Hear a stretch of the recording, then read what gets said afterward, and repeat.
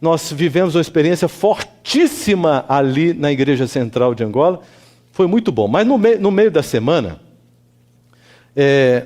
o doutor Sampaio, ele é médico, ele é responsável pela saúde ali de todo o Exército, ele é general, então ele é uma pessoa muito, muito querida, ele é um dos anciãos da Igreja Central, e ele que ficou cuidando de mim, porque para entrar na Angola você recebe visto assim, para 2 meses, e tem que ter alguém responsável assumindo tudo por você.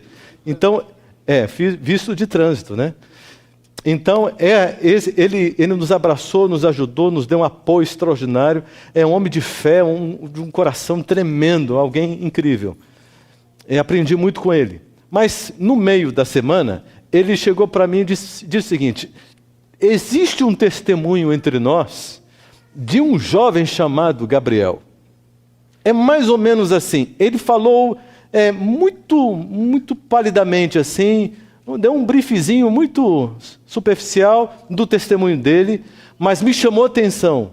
Eu disse: preciso conversar com esse menino. Eu quero conhecer esse rapaz. O senhor me apresenta? Marca um horáriozinho com ele?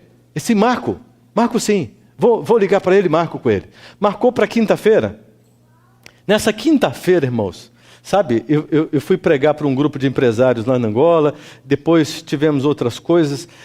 Foi um tumulto que não deu para explicar, mas eu atrasei, eles atrasaram comigo ali, 3 horas do nosso compromisso, e o Gabriel lá na igreja esperando. E eu aflito por causa dele, mas angustiado, porque eu estava pensando que não teria condições, porque eu chegaria no hotel, me arrumaria e sairia correndo, porque eu ia dar uma entrevista ao vivo na TV, num programa ao vivo que eles têm lá para Angola, e eu falaria sobre aconselhamento espiritual, falaria sobre a série de conferências que nós estávamos realizando ali. Então, um momento importante com um veículo de comunicação de massa, para a gente chamar as pessoas. A gente estendeu o convite. Quando eu cheguei, já cheguei pensando assim, eu vou me desculpar com ele e tento ver um outro horário, mas ao mesmo tempo eu não tive coragem de dizer, olha, não vai dar, não tive coragem. Eu grudei nesse menino, abracei ele e disse o seguinte: vamos para o hotel comigo. A minha esposa, eu falei assim, vai se arrumando, eu vou ficar um pouquinho com ele, que eu quero ouvir um pouquinho pelo menos, mais ou menos assim o testemunho dele. Na hora que ele começou a abrir a boca, eu disse, meu Deus do céu, só um minutinho, pause. Só um minutinho. Menino do céu, eu posso te gravar? Porque o que você está dizendo é algo tão impactante, e eu preciso desse testemunho. Eu posso te gravar? Ele ficou assim, assustado, olhando para mim e disse, pode? Eu disse, então tá bom. Peguei no braço dele, arrastei esse menino lá para cima, entrei com ele no nosso apartamento lá, botei ele sentado no sofá, peguei meu iPhonezinho aqui, segurei o braço aqui e disse, vamos ter que dar um jeito. Fale, me conte o seu testemunho. Você já vai contar e eu já gravando, porque eu preciso ter esse testemunho agora.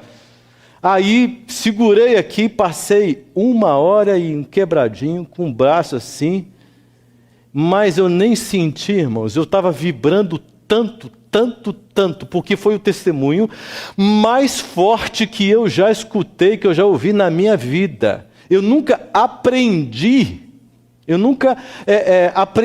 tanto ouvindo um testemunho, como eu aprendi com ele, ouvindo aquele testemunho. Quando ele terminou, eu dei um abraço nele e disse, meu amigo, por favor, preciso falar de novo com você. Obrigado, valeu, você é de Jesus, hein?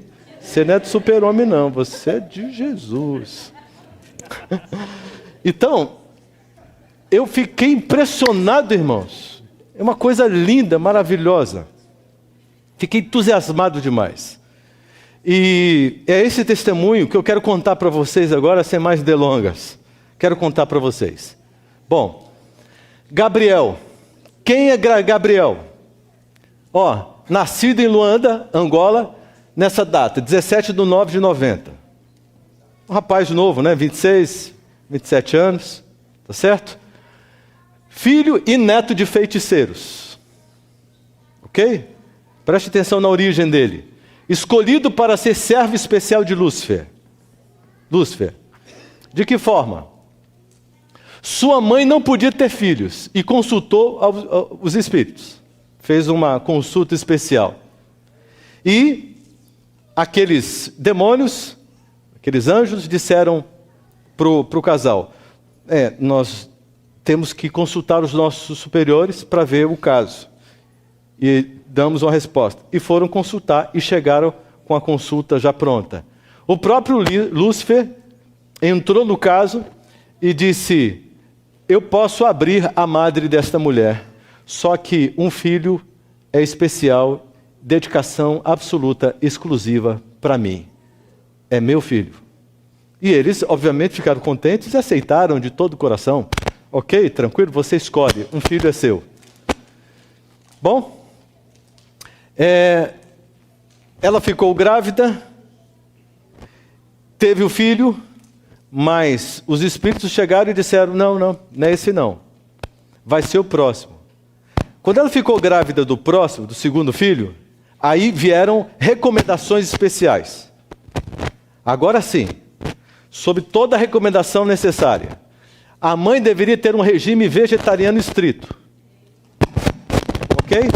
Esse é o primeiro ponto. O objetivo era que ele tivesse saúde, né? E futuramente seguisse por esse regime e tivesse a mente clara. Então, o que os demônios explicaram para a mãe, para o pai? Disseram o seguinte: o ser humano é constituído pelo que come e bebe, vê e ouve. Sendo assim, né, a instrução seria essa: seu líder, o anjo Asbad, que é um assessor de Lúcifer, e que é estudioso da mente humana, perscruta a mente humana desses tempos todos, 6.000 anos aí, né? Para conhecer e elaborar sempre estratégias para poder aprisionar, escravizar a vontade e o desejo. Ok? Então, esse conselheiro aí deveria anunciar o sistema luciferiano estabelecido para o mundo. Então, o pensamento era o seguinte: esse menino vai ser instruído por nós e ele vai anunciar para o mundo, partindo do seu país, o CFM, Crenças Fundamentadas em Mitos.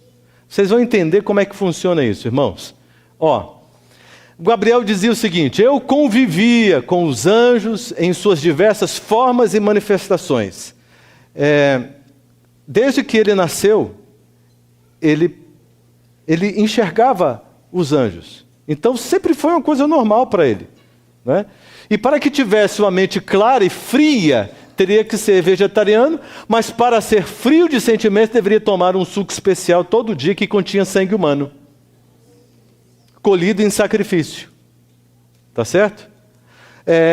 Uma história como essa, irmãos, é uma história muito recorrente na África, de um modo geral. Não causa tanto espanto. Só que o caso do Gabriel, ele é ainda mais especial, porque ele foi escolhido por Lúcifer, destinado para um ministério muito, muito separado, muito especial. Gabriel era ensinado pelos demônios que ele era um Deus, não é? E que o ser humano era simplesmente um objeto, nem merecendo viver. A vida é banal. A vida é banal. Então, desde o seu nascimento, Gabriel ele foi criado ali no sítio, junto dos seus avós, dos seus pais, mas na presença dos anjos. Então, os anjos cuidavam dele. Quando todos saíam da casa, ninguém se preocupava, porque os anjos estavam com ele, né, cuidando do menino, porque o menino era muito especial para o seu líder maior. Ele foi criado assim, no sítio. Mas aos 6 anos de idade, ele sai do sítio e vai para a aldeia. Pela primeira vez agora, ele tem contato com movimento, com pessoas, com uma civilização ali, ainda que um lugar muito pequeno. uma região muito, muito restrita. Mas ele se surpreende porque agora ele estava vendo aquilo que os anjos já haviam dito para ele sobre a intensidade do mundo espiritual. Então ele enxergava, especialmente à noite, todo o movimento, todo o tráfego espiritual da correria dos demônios e tal, dos feiticeiros. E ele deveria ser para os feiticeiros, né, ele foi apresentado pelos espíritos como alguém superior a eles. Então, no período noturno, ele poderia contemplar o mundo espiritual, ver feiticeiros em atividades. Ele era um reptiliano. Isso significa, eu nem conhecia essa palavra, isso significa um canal dos espíritos. Então, ele recebia os espíritos falavam por meio dele e dava instruções, então, para os feiticeiros. Então, existe uma certa hierarquia, ok? Então, ele deveria receber um preparo avançado. Ele seria preparado para ser um escritor habilidoso, de muito sucesso. Conhece no Brasil Paulo Coelho? Quem é que não conhece Paulo Coelho no Brasil? Quem? É famoso mesmo, né? Um dos autores mais lidos, não é? Até nós, adventistas, sabemos da existência dele. Então, ele deveria ser um escritor famoso no país dele, mas com um objetivo muito interessante. Ele apresentaria as doutrinas, apresentaria todo o esquema, todo o plano satânico para fazer a cabeça das pessoas, iludir as pessoas. Ele deveria, para isso, ter a mente aberta, inteligência, conhecimento cabal da mente humana, e para que isso fosse possível, ele deveria ser vegetariano estrito, ou seja, absolutamente nada de animal, nada, porque senão prejudicaria, com exceção apenas do sangue humano que ele deveria tomar, misturado num suco, todos os dias da sua existência. Era uma questão de pacto. Segundo ele, para ter a mente fria, uma mente sem remorso, uma mente, sabe, que não tiver, sem nenhuma sensibilidade, principalmente ao sacrificar uma criancinha, um bebê, e ele sacrificou cerca de 47 pessoas. Então, e para ele, nenhum sentimento, um ritual comum, tranquilo, sangue colhido, para servir, né, para compartilhar entre os adoradores, e assim que funcionava. Ele foi treinado pelo anjo Asbad, que é um líder, e seus auxiliares, que têm a função de trabalhar com a mente humana. Então eles estudavam livros. Esses anjos eram os professores. Por gentileza. Os anjos eram os professores. E todos os dias, ele tinha aulas. Aulas e mais aulas.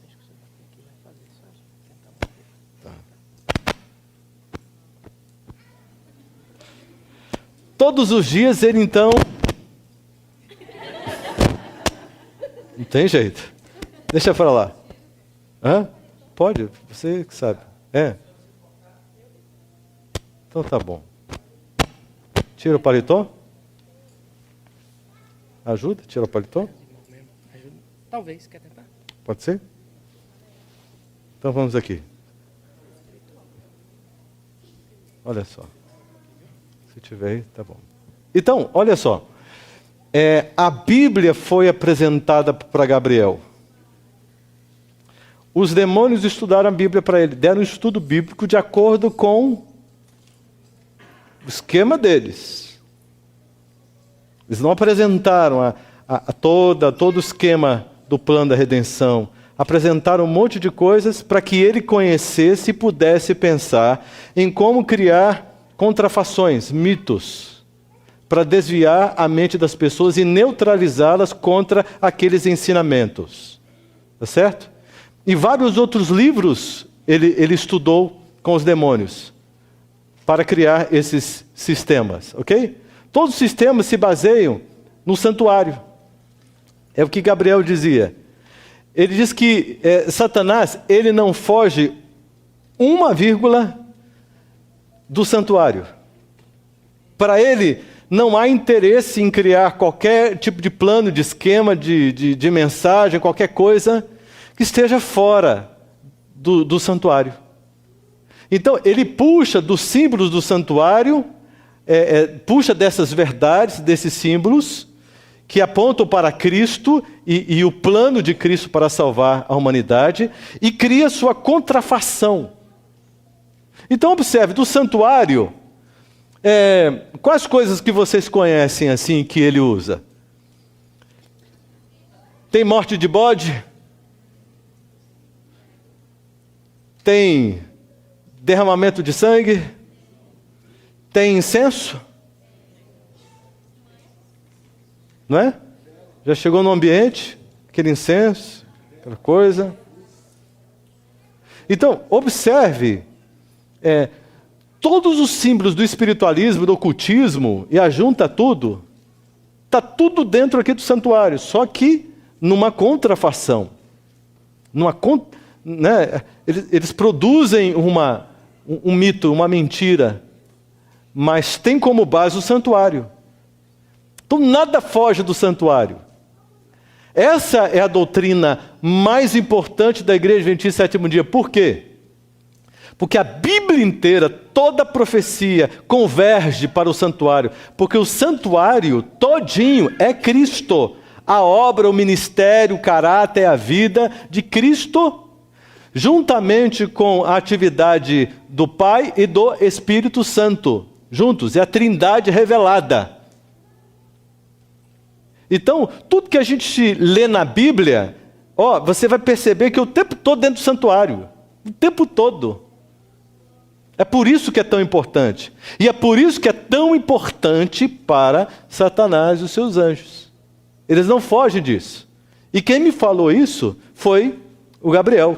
E quem falou para o Gabriel foram os anjos, os demônios que estudaram com ele, para ele ficar bem informadinho das coisas, não é? Então, observe algumas coisas que ele teve a oportunidade de estudar. Revelações aqui incríveis, que ele passou. Ele usa métodos para escravizar o ser humano. Métodos. Ele falou de métodos. Eu vou apresentar uma série de coisas incríveis para vocês, irmãos. Vocês vão ficar bem esclarecidos quanto a tudo isso. Métodos. Primeiro método. Apetite pervertido, é um embotamento da mente. Esse plano, esse método é aplicado com muita intensidade e tem todo um desenvolvimento para chegar até aí. Então, nesse método, eles têm que prever tudo.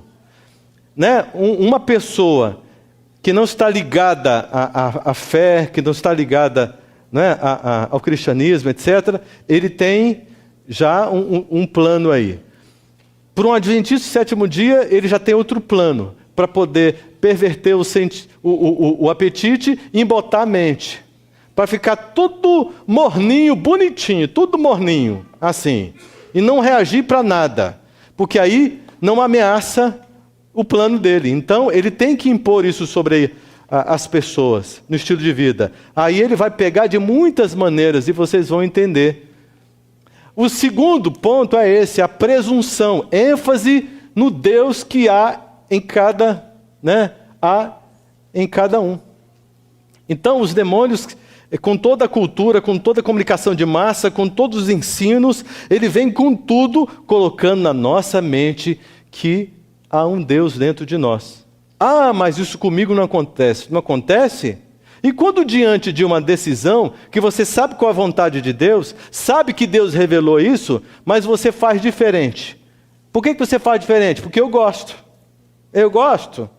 Então quem que está mandando na sua vida? É Deus ou é o seu coração? Meu coração. Então quem é o Deus da sua vida? Eu. Olha que tragédia. Você entende? Todas as vezes que você faz o que você quer, dando as costas para o que Deus te orienta, te recomenda, você está agindo dessa forma. Só que o diabo tem um esquema para massificar e para te conduzir a esta realidade. Um terceiro ponto é esse. produção de ídolos para adoração. Vocês já perceberam que as máquinas midiáticas aí produzem novos ídolos a cada dia? Né? E as pessoas funcionam à base de ídolos, se encantam, se maravilham e tal, aquela coisa toda na mídia, por todos os lugares. E isso é um plano de Satanás. A idolatração de pessoas. A idolatria é abominável perante Deus. Mas continua. Isso aqui tudo são aulas, né? E estudos, é um resuminho, são só os tópicos de muito estudo que os demônios desenvolviam com Gabriel. Afinal de contas, eles estão preparando Gabriel para ser um grande anunciador de todo o plano de Satanás para as pessoas. Então, veja só, agora os meios. Vimos os métodos, agora os meios. Os meios para escravizar. Primeiro, riqueza. Pobres e ricos, escravos da insatisfação do ter. Você já viu uma pessoa insatisfeita, constantemente insatisfeita? Ela quer ter, ela quer possuir. Se eu não comprar isso, se eu não possuir, se eu não vou ser feliz, eu preciso disso, eu preciso disso, preciso disso. Eu tenho que comprar isso, eu tenho que comprar aquilo outro, eu preciso obter aquilo outro, eu preciso chegar aqui, eu preciso construir isso. E cada um tem uma desculpa para poder aplacar a consciência. E se matam para isso. E se vendem para isso. Então, essa insatisfação do ter deixa as pessoas amargas, insatisfeitas, infelizes, complexadas. Criam uma concorrência na igreja. Ah, porque o Fábio tem uma condição social maior do que a minha, ele ganha mais dinheiro. Por que eu não ganho? Eu faço tanta coisa para Deus, o Fábio nem faz nada para Deus. Que história é essa, Senhor? E eu fico tão chateado, aí começa. Mas ele também, nessa coisa toda não. Ele deve ganhar dinheiro aí, ele deve fazer alguma coisa errada aí. E não sei o quê. Começa esse espírito.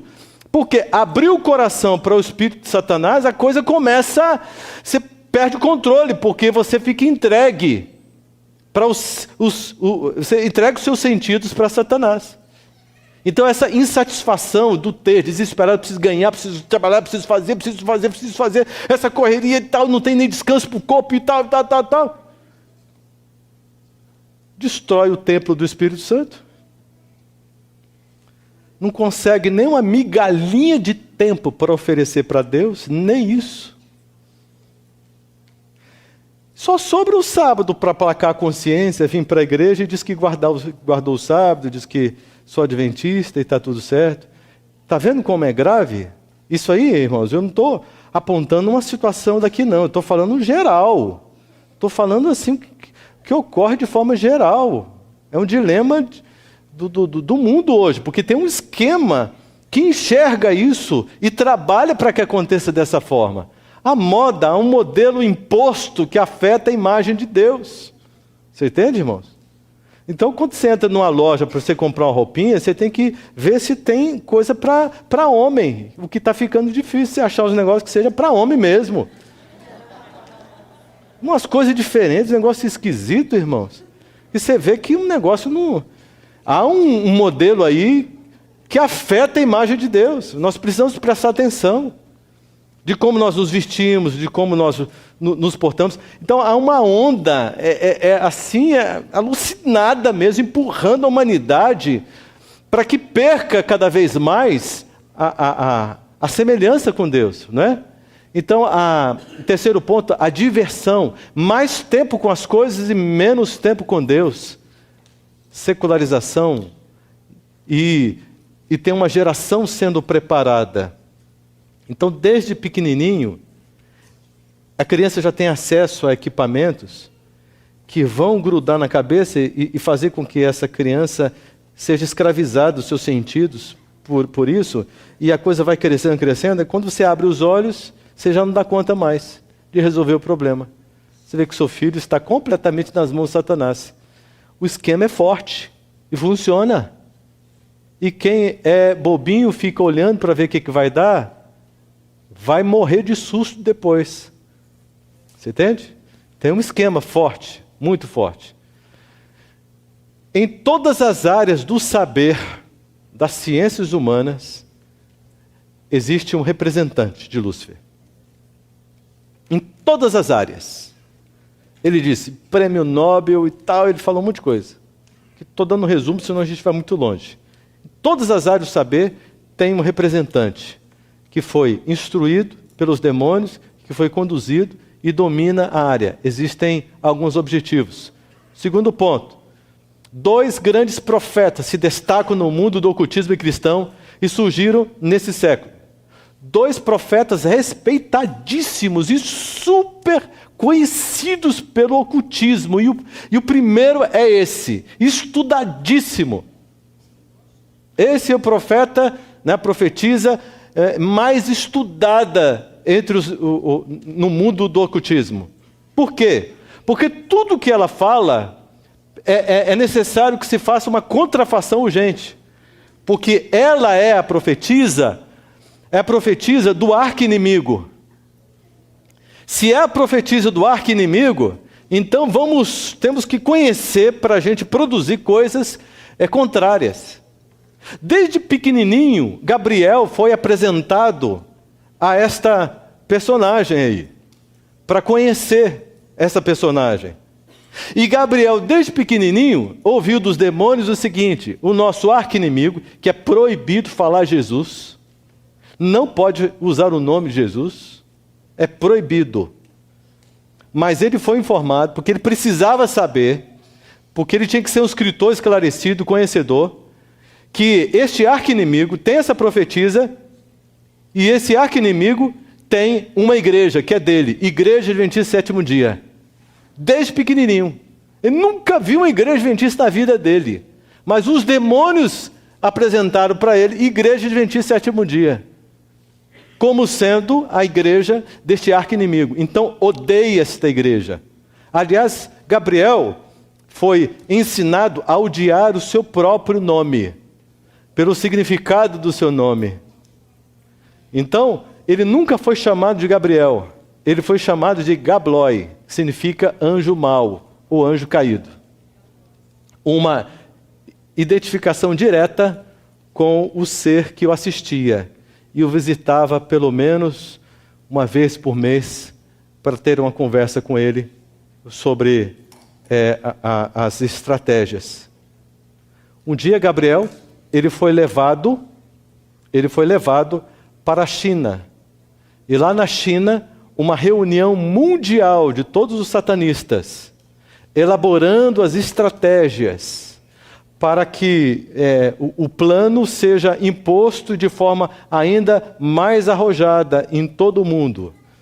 Todos os satanistas, né, cineastas famosíssimos, sabe, pessoal da área da mídia em geral, e vários intelectuais e pessoas proeminentes, e Gabrielzinho ali, para poder conhecer tudo e saber quais eram os intentos, e recebendo a sua formação para poder agir.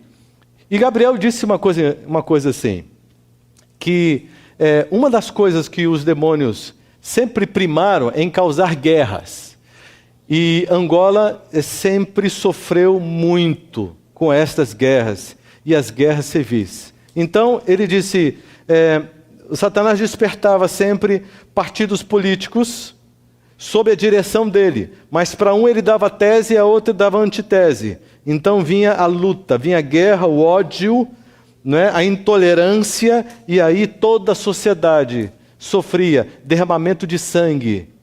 Gabriel disse que numa certa feita ele estava num carro sendo conduzido por uma pessoa, e ele foi para uma região da Angola que estava em guerra, e quando ele desceu e ele olhou, ele viu um monte de demônios, dando risada e satisfeitos, e levantando sangue, e dizendo, e se satisfazendo, se realizando com todo o sangue, com tudo aquilo que eles estavam produzindo. Essa imagem foi muito impactante para ele. Olha só, Ellen White, conhecida e respeitada no mundo do ocultismo, por todos os seres espirituais. Agora, um segundo personagem, esse personagem do lado deles, né? Eu quero mostrar para vocês, porque ele é muito importante para eles. O nome, né?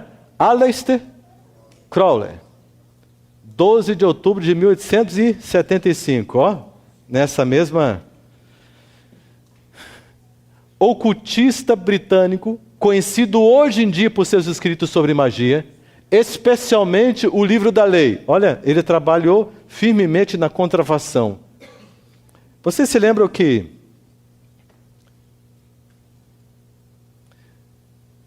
um cantor popular que morreu, aquele que usava cavanhaque, todo cavernoso, Raul Seixas.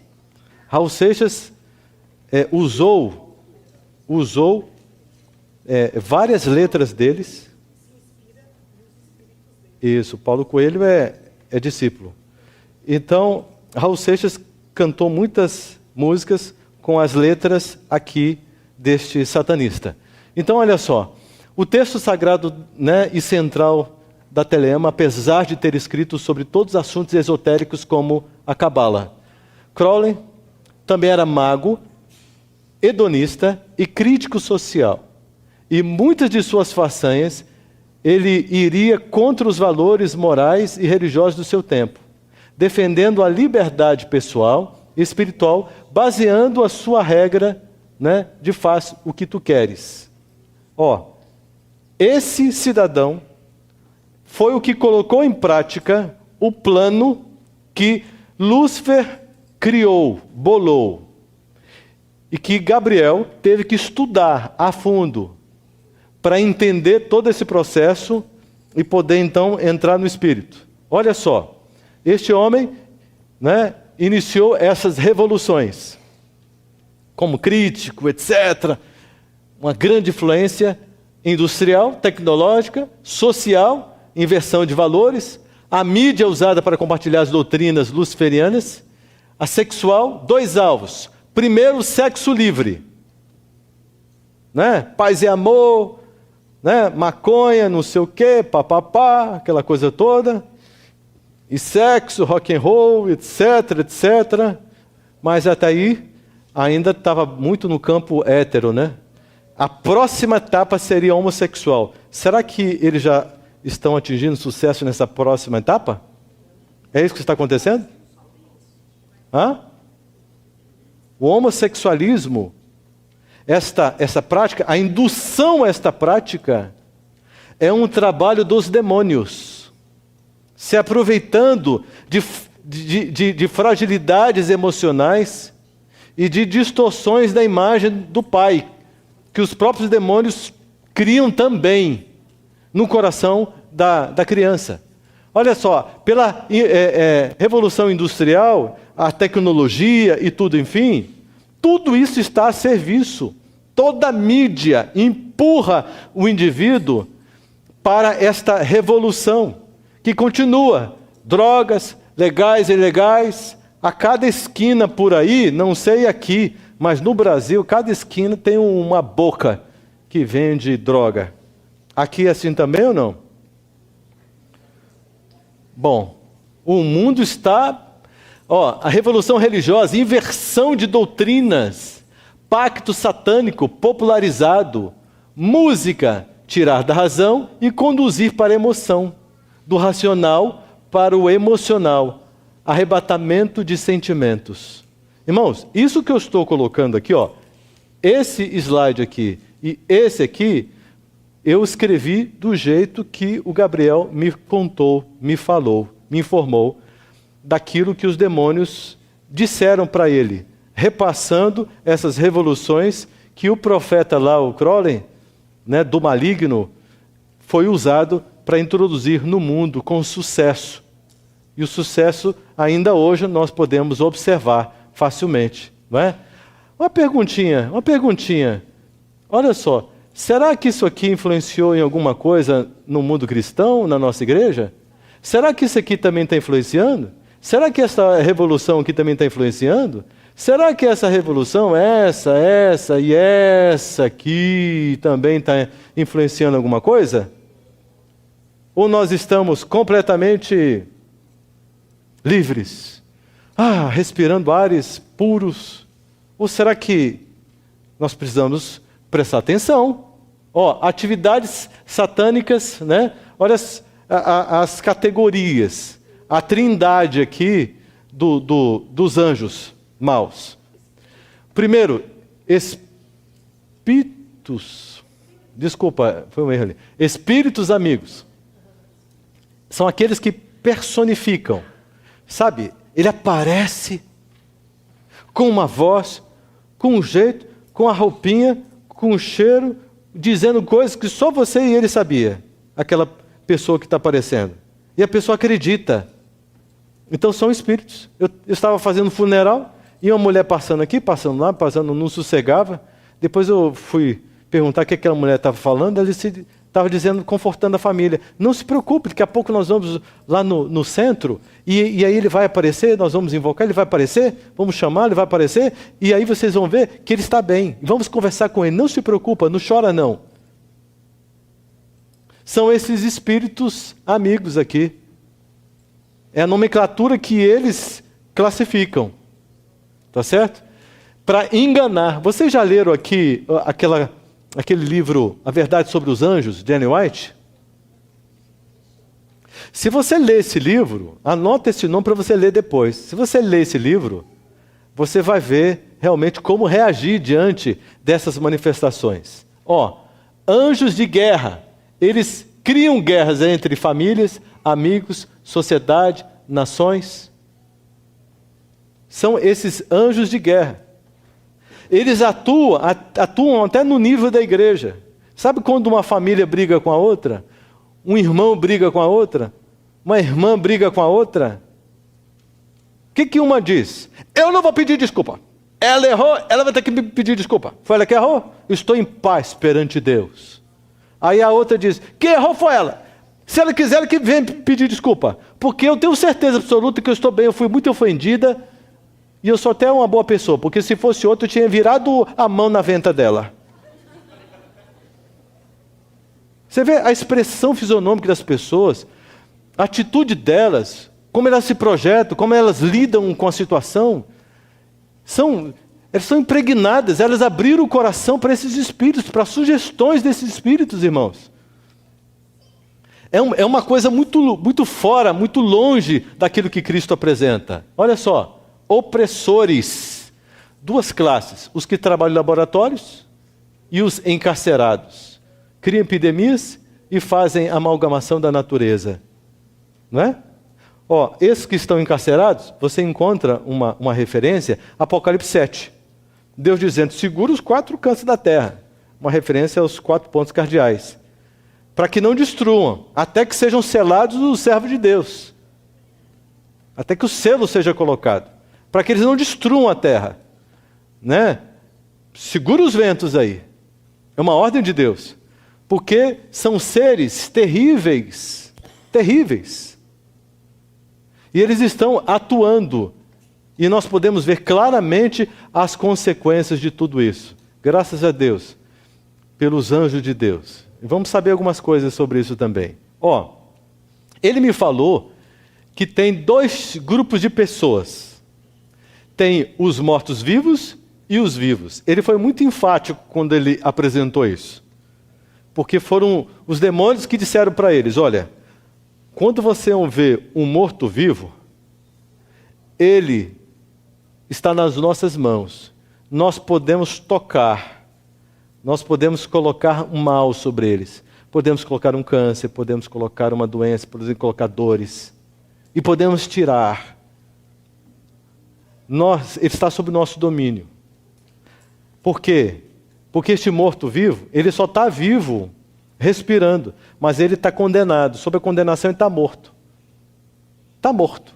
Morreu é festa para os demônios. Está condenado, está morto. Está para a segundona. Vai ressuscitar só para receber o fogo, saber por que está recebendo fogo. Agora os vivos, esse nós não podemos chegar perto. Nós não podemos tocar, a menos que exista alguma autorização especial negociada em instâncias superiores. Como foi, por exemplo, o caso de Jó, não foi? Não houve uma autorização? O diabo não podia colocar a mão em Jó.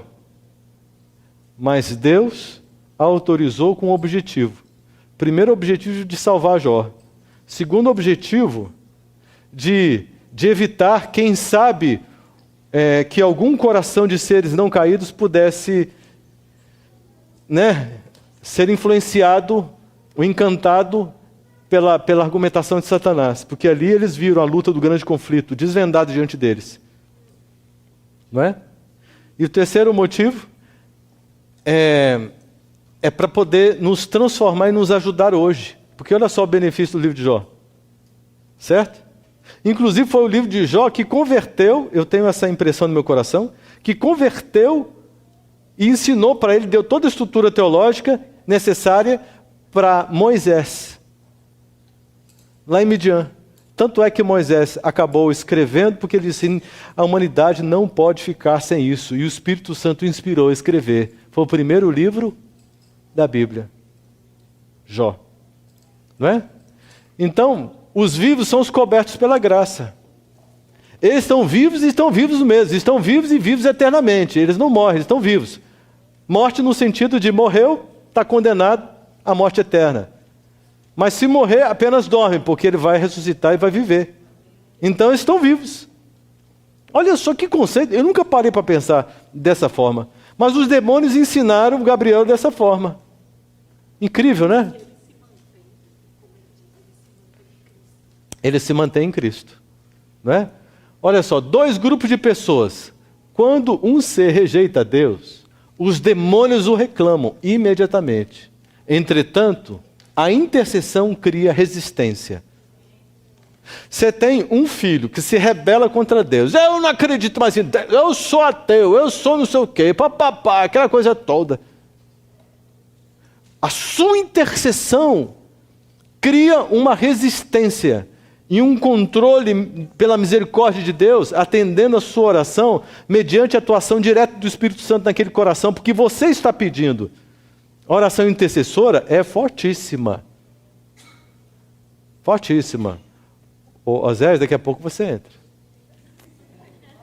Tá bom. Olha o que Gabriel disse. Me sentia poderoso, mas muito infeliz. Tinha um coração frio, mas mais cruel do que um pedófilo. Era muito calmo e ninguém podia desconfiar de mim. Ninguém poderia desconfiar de mim. Incrível isso, irmão.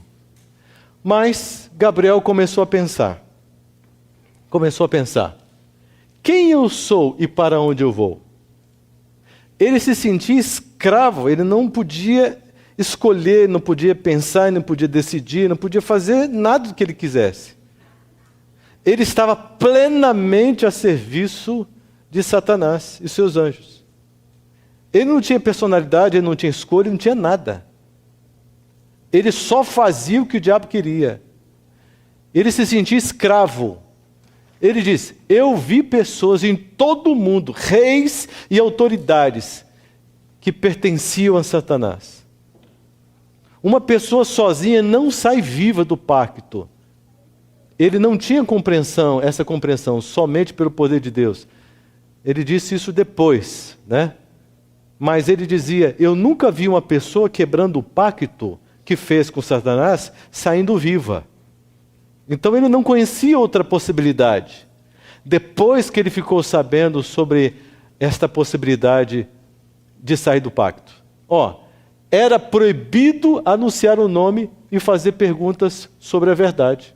Ele dizia o seguinte, todas as vezes que eu queria fazer alguma pergunta e estava no sentido da verdade, os anjos se irritavam, ficavam nervosos e mandavam ele calar-se. E ele tinha que se calar, porque senão ele sofreria. Quem é o príncipe ou soberano do outro lado? Ele ficava pensando. Quem é? Porque eles temem tanto? Um anjo desse outro líder afugentava mais de 30 dos nossos. E ele ficava pensando, este inimigo nosso, ele é muito mais poderoso. Porque um anjo dele, quando se apresenta, todos os que estão comigo se afugentam. Em algumas oportunidades que ele chegou perto de alguém acompanhado por um anjo de Deus, quando ele passava, ele tinha que passar longe. Porque se ele se aproximasse, nenhum anjo que acompanhava ele, os os que o acompanhavam desde o nascimento, ficavam perto. Por que isso? E ele perguntava e eles ficavam nervosos, muito irritados. Em uma missão para destruir uma casa de missionários, para destruir um casal de missionários, obrigado. Gabriel vê a casa iluminada e um ser brilhante em cima. Ele foi chamado para fazer um trabalho contra uma família, uma casa ali de uma família missionária. Quando ele se aproximou com a sua turma, com os seus anjos, ele ficou impactado, porque ele viu uma luz tão forte, que ele nunca tinha visto. Aquilo não era luz elétrica, era muito forte. E aí ele percebeu que em cima um ser brilhante, gigantesco, estava protegendo aquela casa. Aí ele perguntou: quem é aquele? E os demônios disseram: nosso principal inimigo, vamos embora. E eles foram embora, porque os demônios não deixaram ele ficar ali. E aí os demônios deram instrução para ele: você vai começar a entrar em contato com adventistas. É uma ordem. Só que tem duas categorias. Uma, adventista no sétimo dia. A outra, adventista do sétimo dia. Então, nós é que vamos falar para você. Quando for um adventista do sétimo dia, está proibido falar com ele. Passe longe. Quando for um adventista no sétimo dia, aproxime-se, influencie, ofereça aquilo que nós vamos te recomendar, envolva-o e ensina esse adventista no sétimo dia, para que ele possa, na sua comunidade, influenciar, a fim de destabilizar a igreja do nosso inimigo.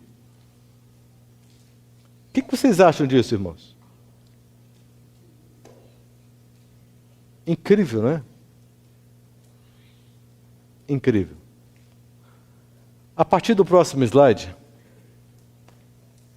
eu vou mostrar para vocês uma coisa tão linda, irmãos.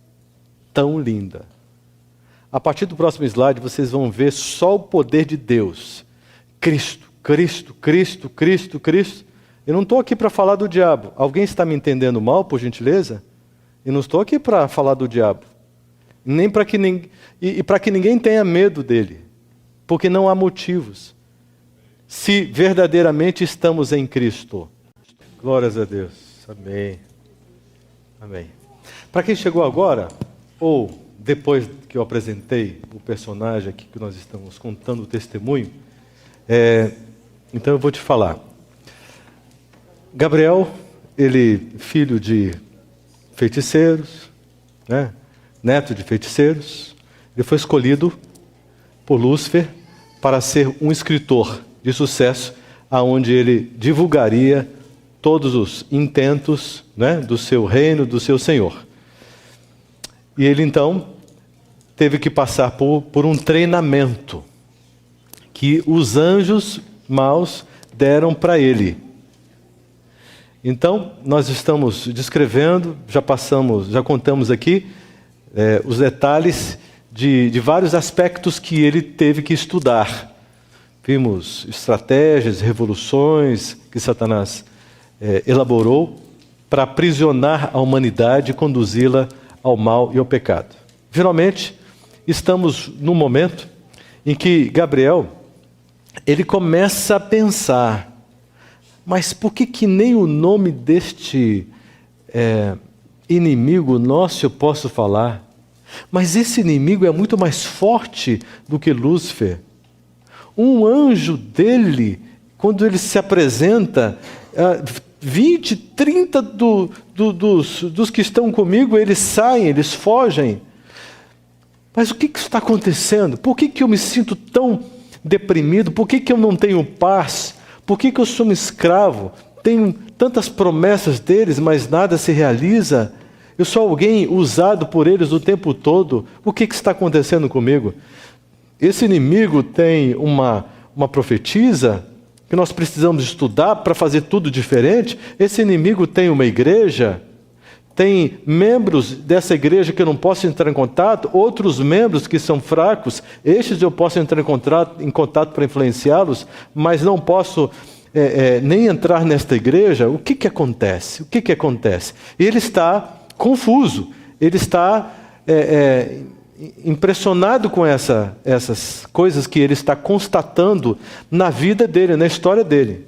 No encontro com um missionário adventista, numa loja que ele foi, ele chegou na loja, entrou, e havia um missionário adventista ali, o nome dele lá de Ventura, e ele então se aproxima de Gabriel e faz uma abordagem. Gabriel quis se esquivar, mas esse missionário foi tão jeitoso, etc., e começou a falar coisas a respeito da vida dele. Essa é a impressão que ele tinha quando ele estava ouvindo o Evangelho, que liberta da escravidão, que dá paz ao coração, e começou a fazer um apelo, e ele ficou com o coração trancado e cheio de raiva.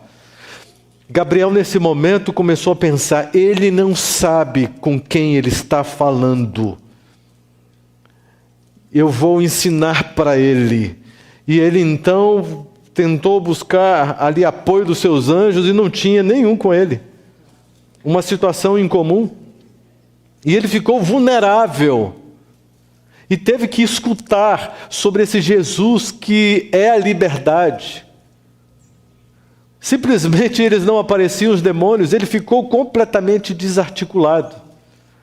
Ao dormir, veio uma claridade muito grande, na noite que ele estava descansando, uma claridade muito grande, e os demônios saíram, e ele acordou e olhou, e não tinha, os demônios saíam. E somente a mente dele funcionava, porque ele ficou completamente paralisado diante desta luz tão forte que se apresentava para ele. E alguém apareceu. Ele ficou completamente assim, imobilizado, anestesiado. E ele pensou: eu faço isso com as pessoas para destruí-las. Quando ele se aproximava de uma pessoa, ele pedia para que os anjos neutralizassem essa pessoa, e ela ficava imóvel, e só a mente dela funcionava. Agora Gabriel estava diante deste ser, e só a mente dele funcionava. O que ele fazia com as pessoas, este ser estava fazendo com ele. Ele estava imóvel, não conseguia reagir. Gabriel, ao lidar com Lúcifer, ao lidar com o anjo Asbade, ao lidar com os demônios que o acompanhavam, ele descobriu uma coisa, que o que ele pensava, o que ele questionava, o que ele tinha na mente dele, ninguém conseguia descobrir, nem o próprio Lúcifer. Então ele ficava tranquilo, só olhando e desconfiando, e questionando, mas simplesmente não falava nada, e não era descoberto. Mas quando esta pessoa se apresentou para ele, e começou a falar com ele, porque lia a mente dele, ele pensou em algo e pensou assim: quem é você? Quem é você? E este ser se apresentou: eu sou Jesus, eu sou Jesus. E começou a falar com ele. E ele ficou impressionado, porque aquele ser podia ler o pensamento dele. E ele pensou: este é muito mais poderoso do que Lúcifer, muito mais poderoso. E ele passou cerca de 5 horas fazendo perguntas e recebendo todas as respostas. 5 horas. E Cristo, olhando para Gabriel, disse para ele: eu te criei para algo melhor. Tenha paz. Eu sou aquele que você persegue.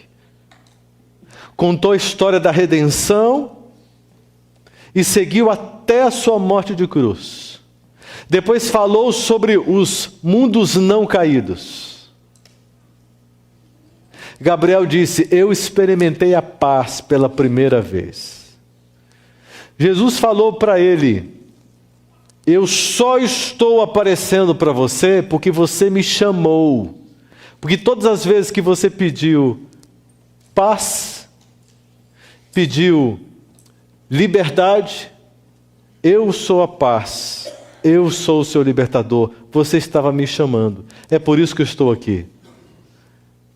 E Cristo olhou para Gabriel e disse: você quer seguir-me?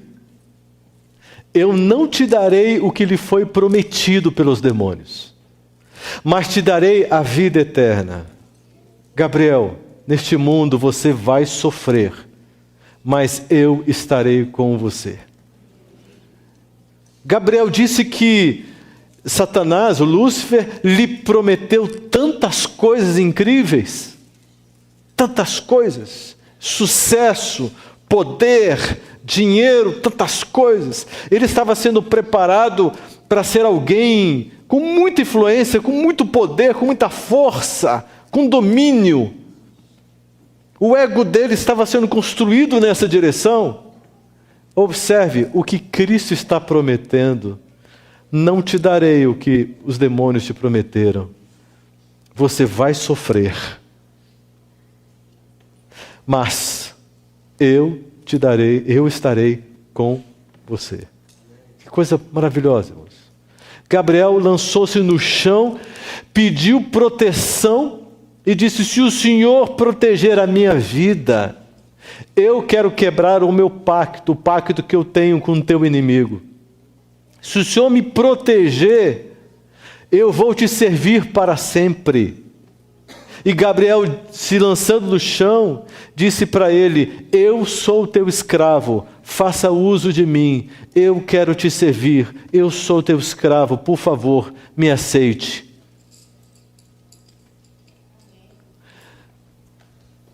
Ele disse: quero fazer parte de sua igreja, meu Senhor. Que coisa impressionante. Olha, Cristo disse o seguinte: você vai ler esses livros. Quando você terminar de ler, que você ensinou para ele onde ele conseguir esses livros, da profetisa dele, Ellen White. Assim que ele terminasse de ler esses livros, ele deveria procurar uma igreja adventista e pedir para ser batizado. Patriarcas e profetas, profetas e reis, desejar todas as nações, parábolas de Jesus, Atos dos Apóstolos, o grande conflito, e tudo isso com a Bíblia ao mesmo tempo. E ele entrou nesse estudo, conseguiu esses livros e entrou nesse estudo. Acontece que no dia seguinte, Asbade apresentou-se para Gabriel e disse: você nos traiu, você nos enganou, você está dando as costas para nós. Por que você fez isso? Volte, volte. E ele disse: não tenho parte com vocês mais. Sou de Jesus. Tenho pacto com Jesus agora. Está quebrado o pacto com vocês. Sou de Jesus. Ele me protege e me ajuda.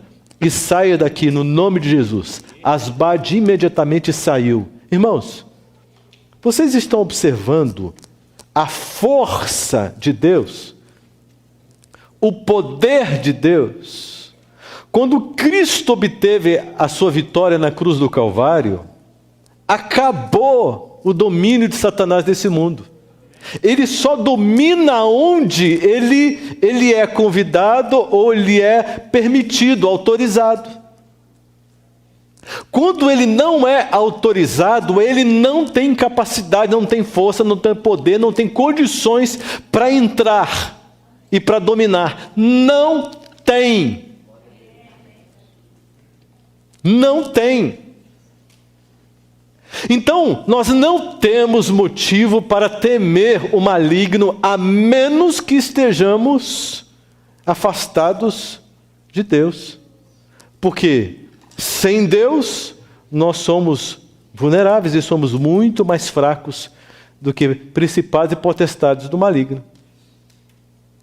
Está compreendendo, irmãos? No outro dia, apareceu Lúcifer. Lúcifer apareceu para ele e disse: meu amigo, por que você está fazendo isso comigo? Eu tenho tantos planos para você. Tenho te dado poder, autoridade, te fiz promessas, estou cumprindo as minhas promessas. Você tem uma chance, volte. Naquele momento, Gabriel pensou. Ele pensou: Lúcifer não é amigo de ninguém, nem dos seus líderes mais chegados que o servem. Ele tem qualquer tipo de amizade. Ele é mau e essencialmente cruel. Ele não tem amizade com ninguém, relacionamento com ninguém. Ele só manda desesperadamente para que todos sigam o seu comando. E mesmo assim, o reino dele não é tão unido quanto parece ser. E agora ele está aqui me chamando de amigo e me fazendo uma proposta aparentemente carinhosa. Gabriel pensou: não existe nada mais que venha dele que me convença, porque eu o conheço. Ele não me engana, ele não me ilude mais. Eu sei quem ele é, porque eu experimentei a minha vida toda o seu caráter. E naquele momento ele disse: eu pertenço a Cristo Jesus. E o pacto que eu tive com você está quebrado pelo poder de Cristo Jesus na cruz do Calvário. Eu pertenço a Jesus. Suma, saia da minha vida e não volte nunca mais, no nome de Jesus.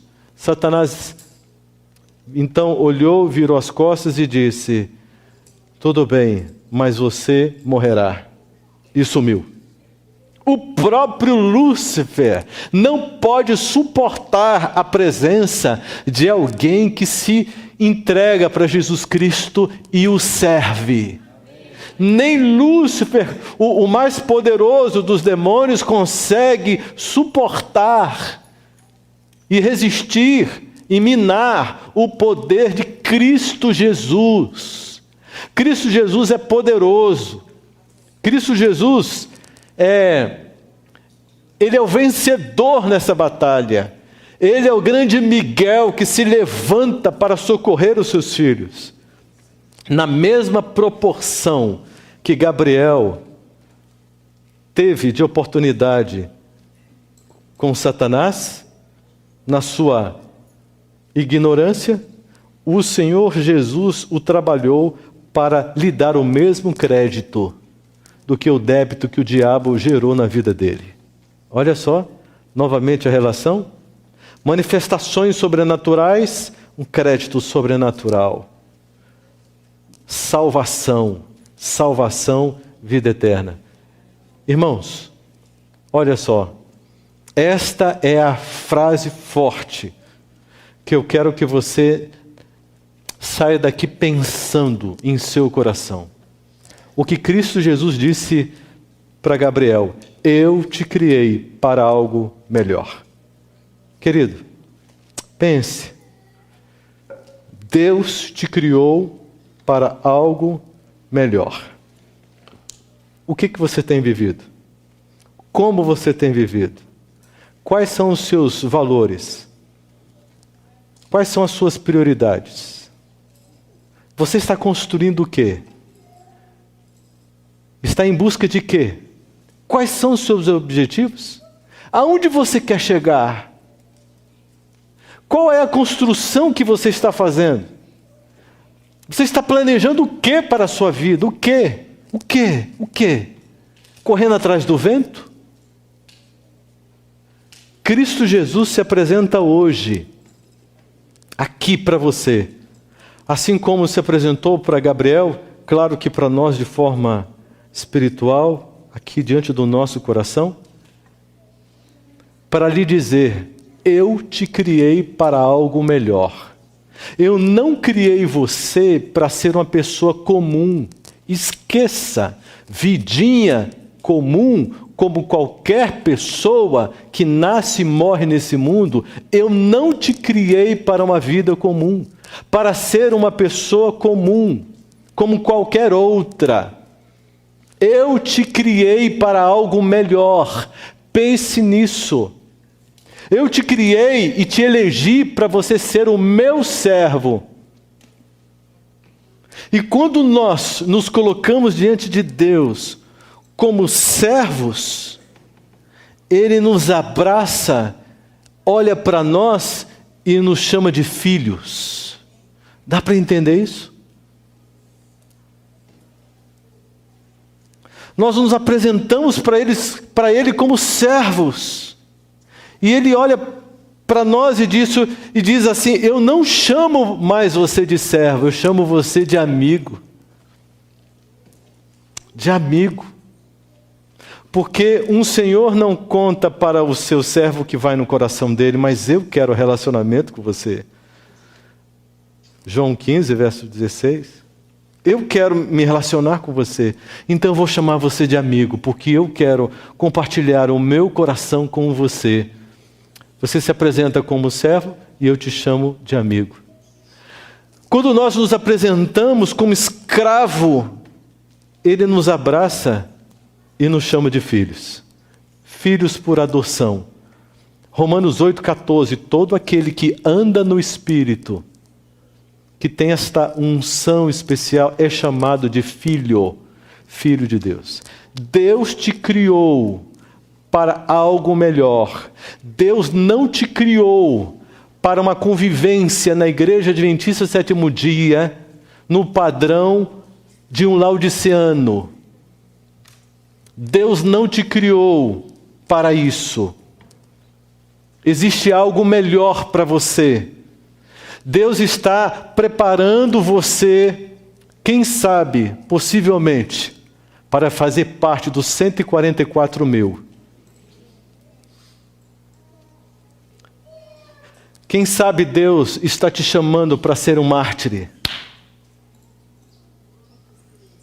No sentido físico, se isso for requerido.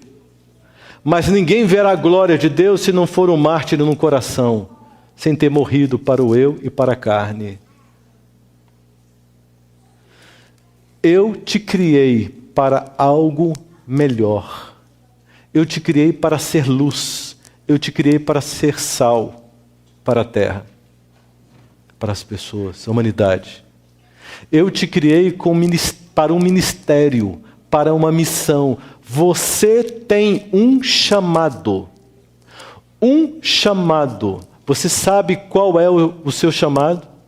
Você sabe qual é o ministério que o Espírito Santo está aguardando que você aceite? Já teve esse interesse? Já abriu o seu coração para esta perspectiva?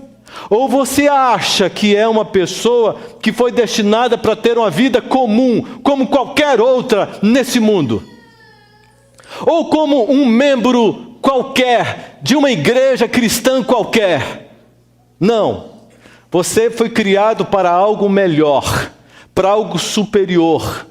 Deus está sonhando em seu coração ter toda a autorização necessária para transformar você na luz que Ele sempre sonhou, que Ele sempre desejou. Nós temos um Deus forte, poderoso, magnífico, vitorioso, que não se conforma com o que você acha que deve ser. E se você autorizar e permitir, Ele tornará você no sonho que Ele tem, de mais um ministro, um sacerdócio de todos os crentes. Porque todo aquele que nasce no reino de Deus, nasce como um missionário, sacerdote, ministro, sai para vencer. Eu te criei para algo melhor. O Osés vai cantar uma música para nós. Para você pensar, para você refletir. É um chamado. Deus quer falar com você. Deus quer se comunicar com você. Deus quer que você tenha um estilo de vida diferente. Deus tem uma perspectiva diferenciada para você. Deus quer fazer revelações especiais para você. O Espírito Santo quer se apresentar para você. Ele quer que você tenha um jeito de pensar diferenciado, que você pense com a mente de Cristo, que você tenha uma experiência madura na sua experiência espiritual. Deus quer te usar para ser uma luz aonde você for. Deus quer te usar para ser um ministro do seu trabalho, um ministro de Deus na sua escola, aonde você for, aonde a planta dos seus pés forem posicionadas, você será luz, você será bênção, um instrumento de justiça de Deus, um instrumento de libertação. E aonde você chegar com os seus anjos poderosos de Deus, demônios não poderão ficar perto, estarão repreendidos no nome de Jesus. Aí sim você verá milagres acontecendo no seu casamento e com os seus filhos, na sua casa, na sua vida pessoal. Aí sim, você enxergará um poder de Deus agindo de uma forma livre. Ouça a voz de Deus. E quero terminar vendo você aqui na frente. Você que sentiu-se quebrantado pelo Espírito Santo e persuadido por este Espírito a assumir um novo padrão de vida, a assumir um novo posicionamento de vida, a ter interesse em buscar de Jesus qual é o significado da sua existência. Em outras palavras, qual é o seu ministério nesta terra? Qual é a sua verdadeira missão e prioridade? Você que quer fazer esse pacto, ou a renovação deste pacto com Cristo Jesus, para que o mundo espiritual fique sabendo de que lado você está e de qual é a sua posição definitiva. Enquanto você ouve essa mensagem e ao sentir-se tocado, venha novamente aqui para podermos orar juntos e clamarmos diante do Senhor Deus. Um dia desses, isso já faz uns 4 anos mais ou menos, eu acordei numa manhã, e assim que eu acordei e abri os meus olhos, eu ouvi uma voz. E essa voz me disse assim: eu não quero mais sentir saudades de você.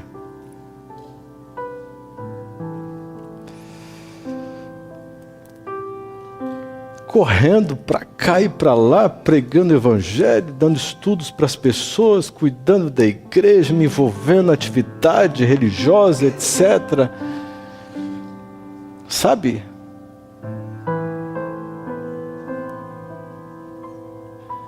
E de repente eu escuto: não quero mais sentir saudades de você.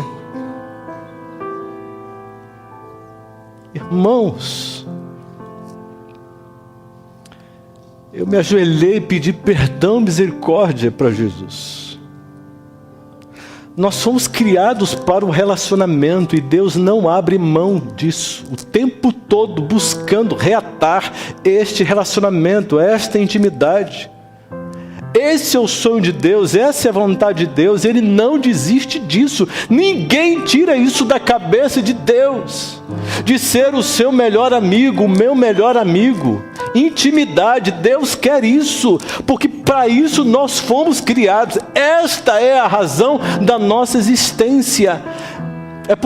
É exatamente por isso que nós nunca vamos ser felizes em qualquer outro projeto, ainda que seja religioso, se não for por esse caminho, intimidade com Deus. Será que você pode vir? Você anda sentindo saudades? O Deus anda sentindo saudades de você, de mim? A gente tem um relacionamento já de muito tempo. E eu tenho uma experiência com o Manassés que eu nunca contei e não conto isso. Mas eu tive 2 momentos muito fortes com eles. Eu estava passando por uma crise no meu casamento muito forte. E eu chamei ele um dia para orar e falei: estou cansado de ser capacho do inimigo. A gente estava na capela juntos. fomos para a capela, e ele falou para mim assim: então, é você que escolhe. É você que escolhe. Mas o mais forte, eu estava ouvindo vozes. Um dia, eu estava em casa, escutava chamar o meu nome.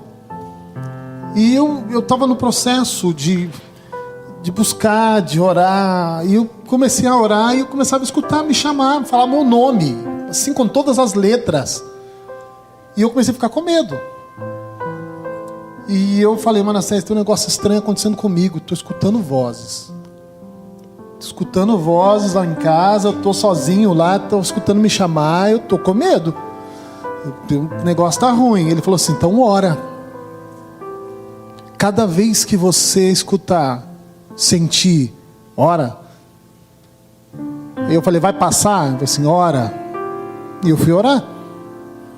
E aí a gente se encontrou, e aí? Eu falei assim: rapaz, piorou. Quanto mais falava, mais eu orava, mais chamava. Ele falou assim: eu vou te contar uma coisa. Sabe o que é? O Espírito Santo está com saudade de você. E cada vez que você escuta é porque está te chamando. Vem falar comigo, estou com saudade de você. Porque a intenção é que você nunca saia, que ele não tem que ficar te chamando. A intenção é que você esteja do lado dele o tempo todo. E isso fez uma diferença muito grande para mim. Você não faz ideia. Você não faz ideia. Eu te ouvindo aqui, vendo falar, e eu te criei para algo melhor. É algo assim que passou comigo. Eu vivi, tenho vivido. E cada vez que eu escuto, quando eu sinto, eu falo assim: eu estou longe. Perdoa, Senhor, eu preciso voltar a ter mais comunhão de novo. E é a pura verdade. Deus está chamando. E Deus está chamando. Alto. Deus tem gritado. Amém. Amém. Deus está chamando. Deus está chamando. Irmãos, será que foi mais uma semana dessas interessantes? Que você aprende umas coisinhas novas e tal, que legal. E depois a vida continua do jeito que está? Como é que foi? O que chegou para o seu coração? Essa é a minha angústia. É por isso que depois de cada pregação, falando com uma pessoa e outra, eu pergunto: você entendeu? Você entendeu? Você entendeu? Eu chegava em casa, no hotel, para minha esposa e perguntava: será que as pessoas entenderam? Será que entenderam? Existe um plano. Existe uma diretriz de Deus, um sonho de Deus, e nós estamos longe dele. Será que nós compreendemos isso? E será que nós nos sentimos estimulados por este amor e motivados suficientemente a uma reação definitiva para nos liberarmos dos ciclos viciosos, daquilo que nos escraviza, que tem a ver com o mundo? Será que foi o suficiente? Irmãos, eu estou aqui terminando essa semana de oração e a minha cabeça está 1000 por hora, angustiada. Eu estou aqui clamando ao Espírito Santo: Senhor, o que aconteceu? Perdemos tempo? Ou agravamos a situação de uma igreja, pesando-lhe na consciência, e apenas isso, para que sofram ainda mais? É tudo ou nada. Ou partimos para uma consciência cauterizada e aplacada por uma racionalização pessoal, ou partiremos definitivamente para o ideal, para o sonho de Deus, a vontade de Deus? Tem alguma dúvida? Então mergulhe no estudo, busque auxílio, busque ajuda do Espírito Santo e peça o esclarecimento. Irmãos, em meio a tantas contrafações, o diabo tentando arrastar de todos os lados, você, sua esposa, seus filhos, da sua casa, mas há espaço para uma decisão, e basta uma decisão para você acionar o poder do céu em seu favor. Aí sim é poder de verdade à sua disposição, é o poder de Deus, não é conversa fiada, Não é uma questãozinha de demôniozinhos, não, que se apresentam e atemorizam as pessoas. Não, é poder de Deus que vem, liberta, te resgata e chega perto dele e diz: filho, eu te amo e quero me relacionar com você. O que aconteceu comigo e com vocês? Essa pergunta que vai ficar no meu coração. Essa é a minha oração e esse é o meu clamor. Porque a gente aprende a amar, a gente ama mesmo. A gente se doa mesmo. A gente sente a agonia do Espírito Santo, querendo alcançar, querendo ligar, querendo... E Deus falou para mim, pode ser estranha essa minha conversa, mas Deus falou para mim, que aqui é uma igreja que haveria muitas resistências de corações, haveria uma luta muito grande, mas o Espírito venceria,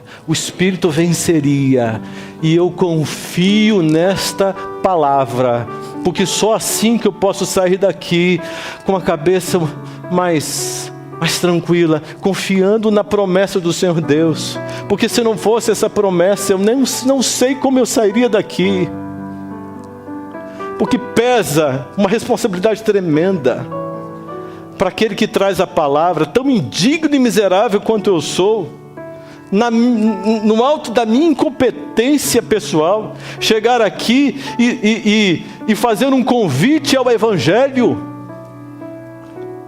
um convite à lucidez espiritual, um convite ao revivamento, à reforma, um retorno à essência perdida. Quem sou eu para fazer isso? É uma dessas coisas loucas de Deus, contar com uma pessoa como eu. Mas enfim, estamos aqui, e esta oportunidade não pode ser perdida. Nós não vamos sair daqui com o diabo rindo de nós. Nós vamos sair daqui com o triunfo da vitória de Cristo Jesus. Isso para a gente é a realização. Isso basta.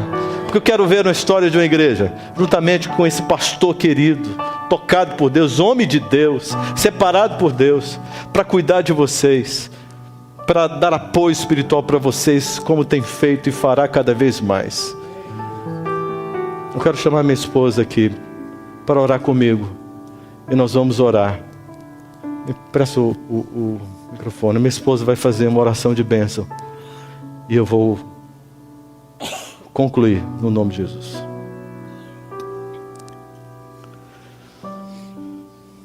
Vamos orar.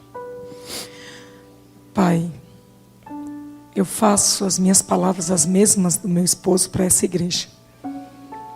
Falta palavra, Senhor.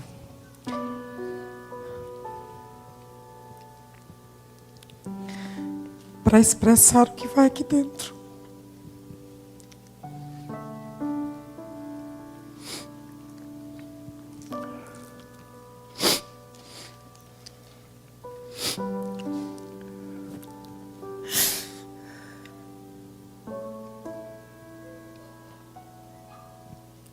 Obrigada, Pai.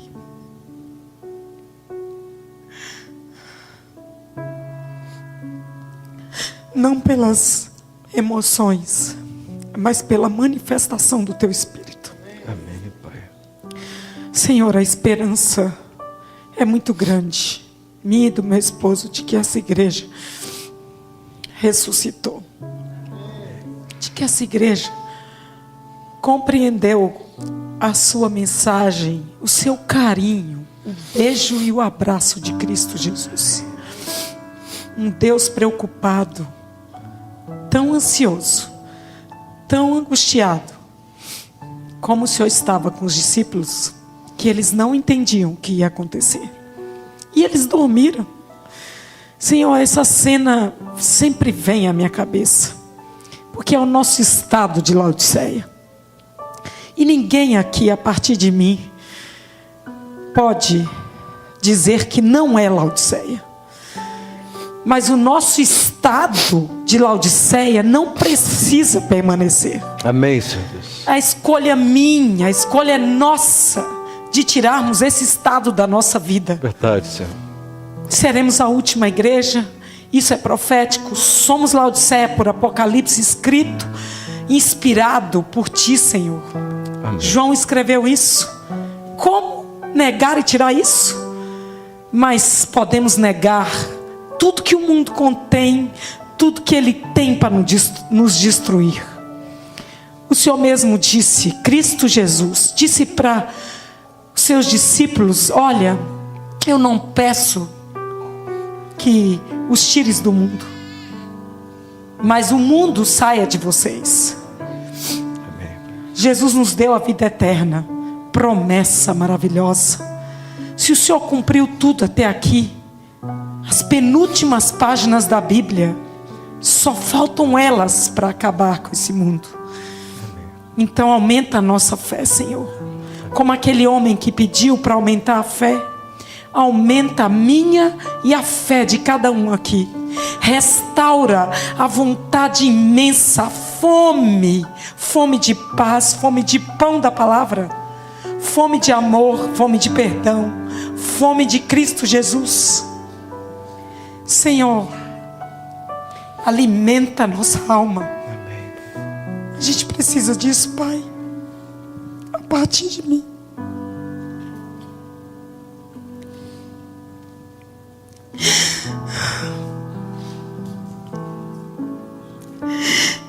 Amém. Ó Deus, misericordioso, longânimo, quero apresentar diante do trono da Tua graça, da Tua misericórdia, esta igreja tão linda, com pessoas tão preciosas, caríssimas, que custou o sangue de Cristo Jesus. Pessoas tão lindas, Senhor. Abrace com Teu amor e com Teu cuidado os mais especiais. Abra a mente e o coração para que perseverem. Lutas difíceis virão, grandes desafios, mas que não desanimem nunca, porque daqui a pouquinho, daqui a alguns meses, Jesus voltará. Abraça o Teu povo, abraça a Tua igreja e jorre o Espírito Santo como chuva serôdia sobre todos, no nome de Jesus. Amém.